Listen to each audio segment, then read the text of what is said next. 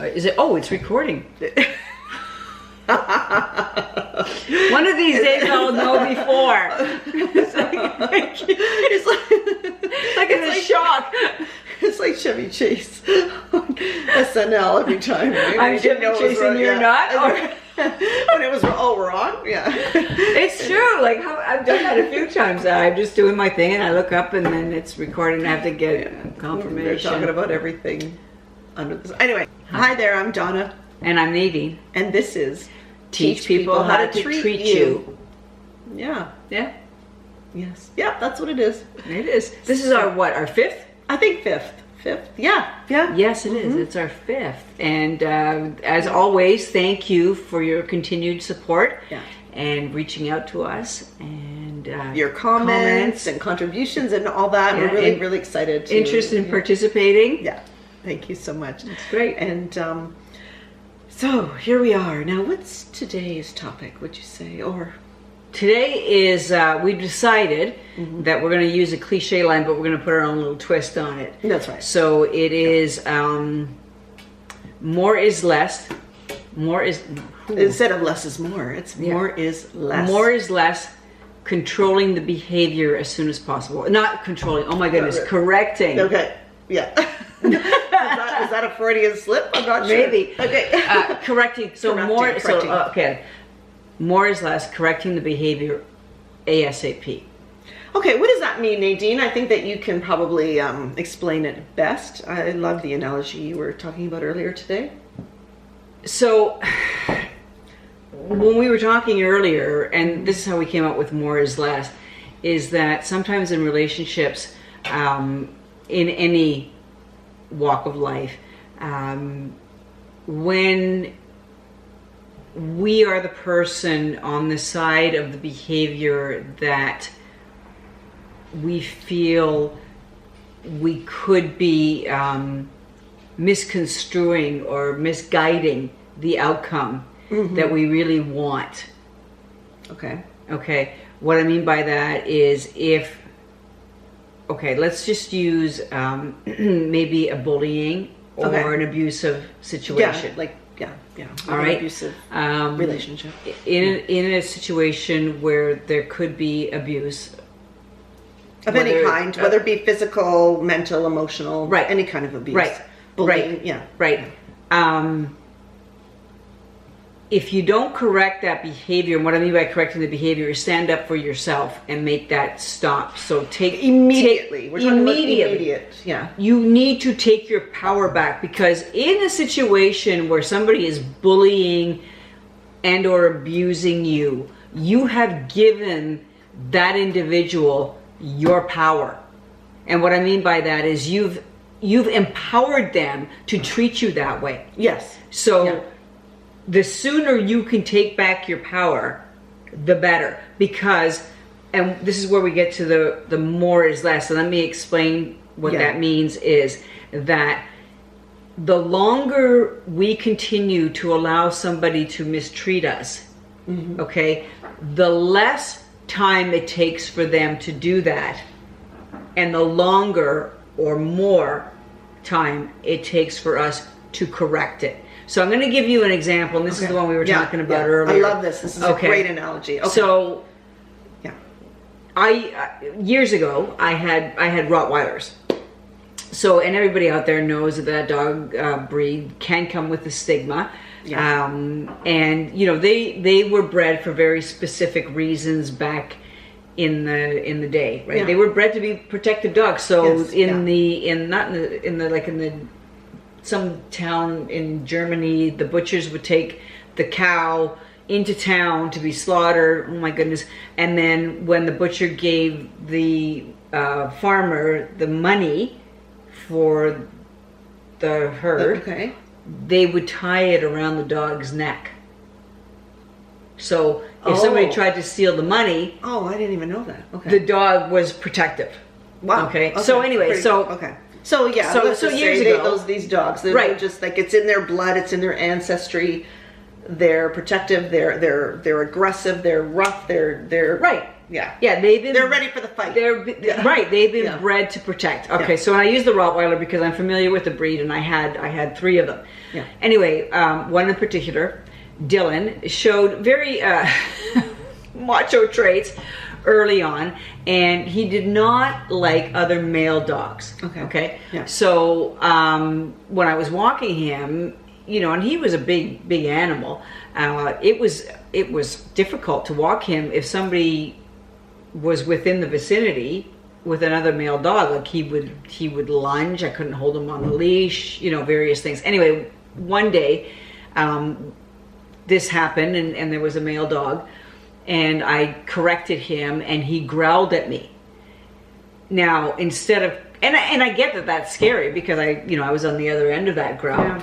But what I did was back up. So the next day, we took him to, let's call him like a dog whisperer.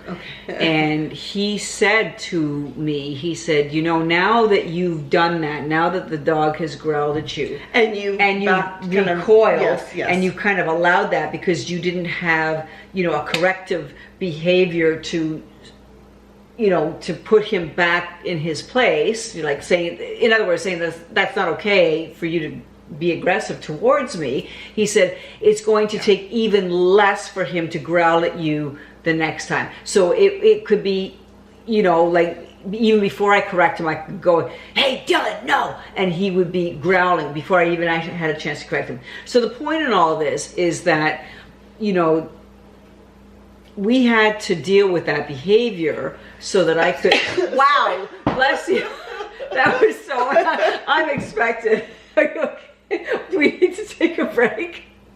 I swear to God, I was trying to hold it back. I've never had that happen in my entire life. I needed tissue.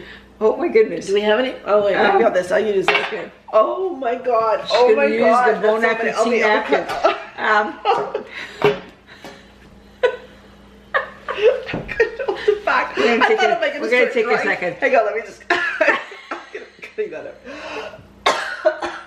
Oh my God, I've needed to cough. That could. I know.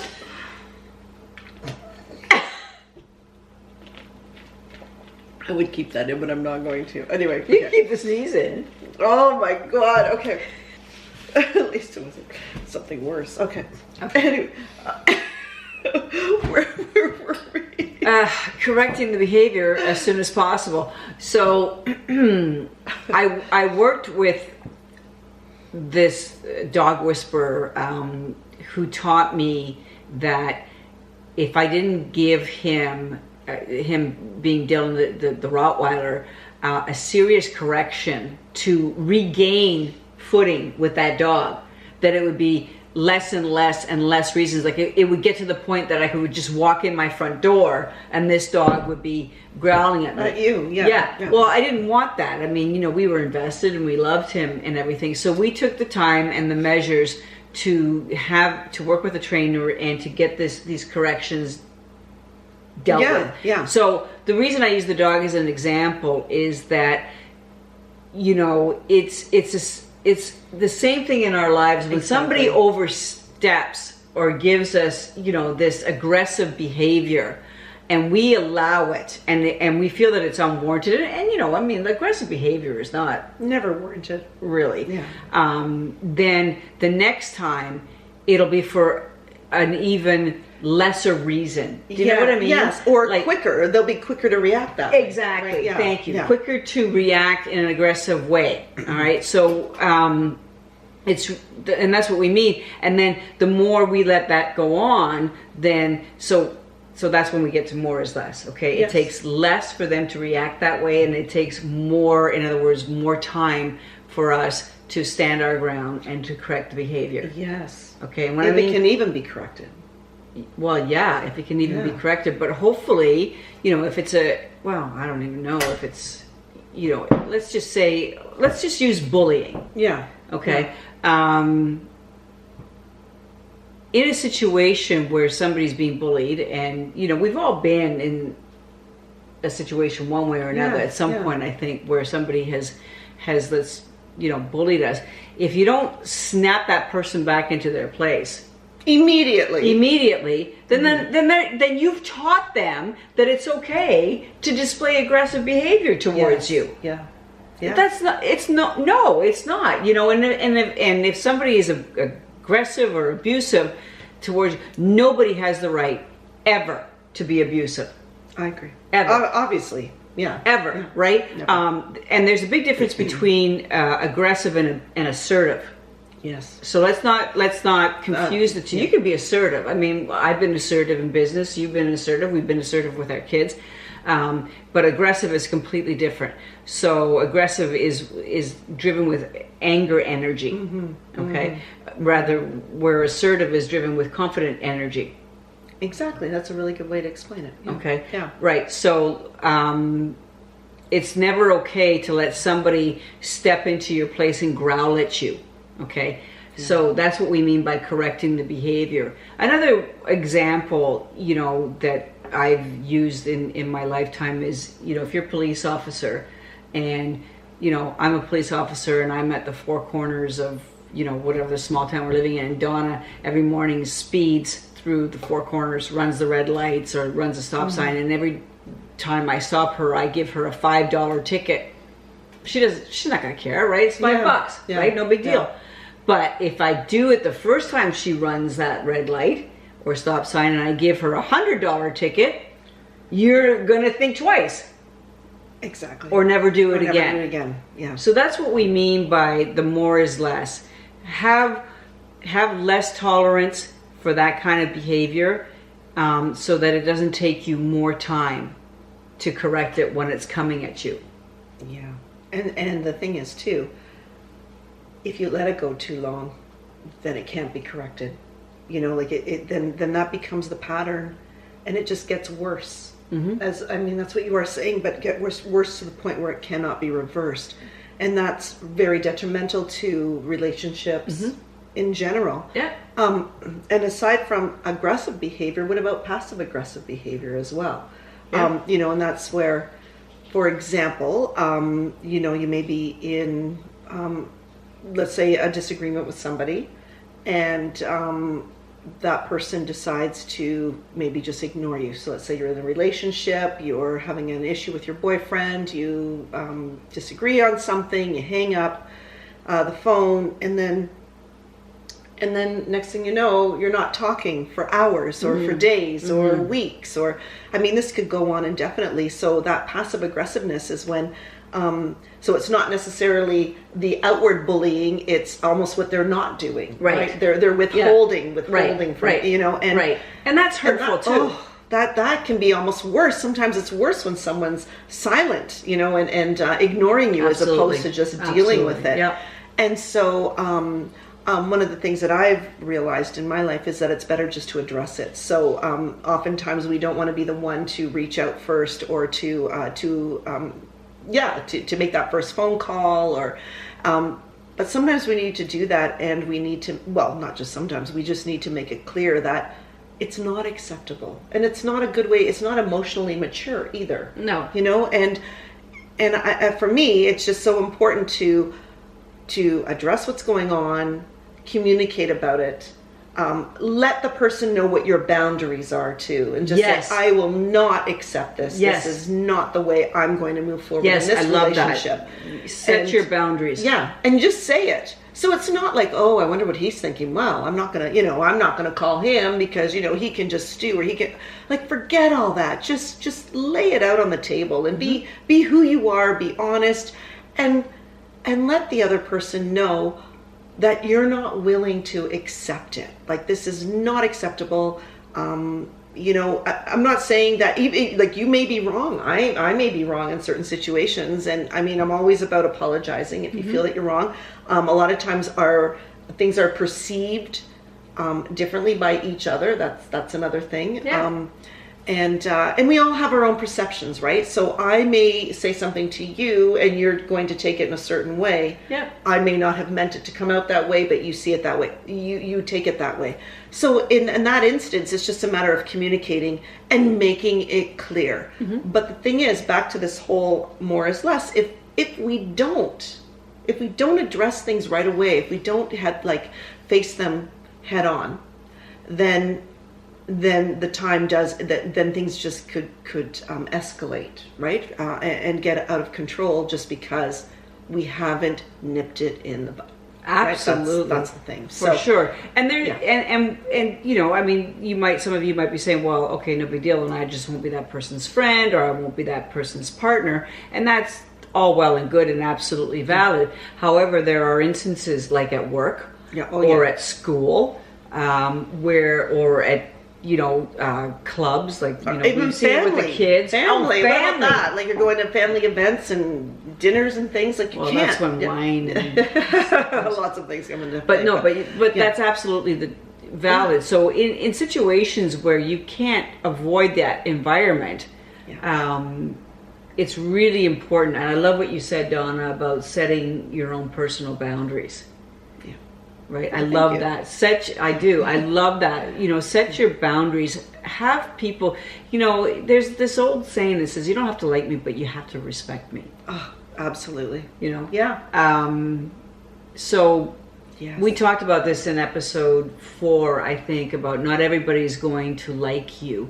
And that's okay. That's so you don't want everybody to like you. I mean, then your front door would be knocked down all the time. But it's really important to have, even if people are not going to like you, have their respect. And what I mean by that is, if you're in a situation where it's uncomfortable and somebody's taking advantage of your gentle nature, or your passive nature, not passive aggressive, passive nature, and they feel that they can push you into a corner, you know, not cool.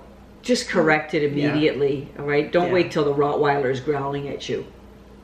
Exactly. And and that, I think, sums it all up. Yes. It does. So, once again, let us know if you have anything to add to this, if you want to share your stories with us, if you have any questions about it, if you would like some of our input, if you're going through any types of situations similar along this theme. But anyway, thank you again for watching. Please subscribe to our channel, and the emails too. Yes, right. Yeah. I am getting text messages. I think you are too. Yeah. But we have that email, which is it's on the About. If you go to our About page, and then you can see our email. And if you do have your own YouTube channel, you could just send us a message directly as well. Yeah. So great. Well, thank you again, and we'll see you next time. Okay. Bye.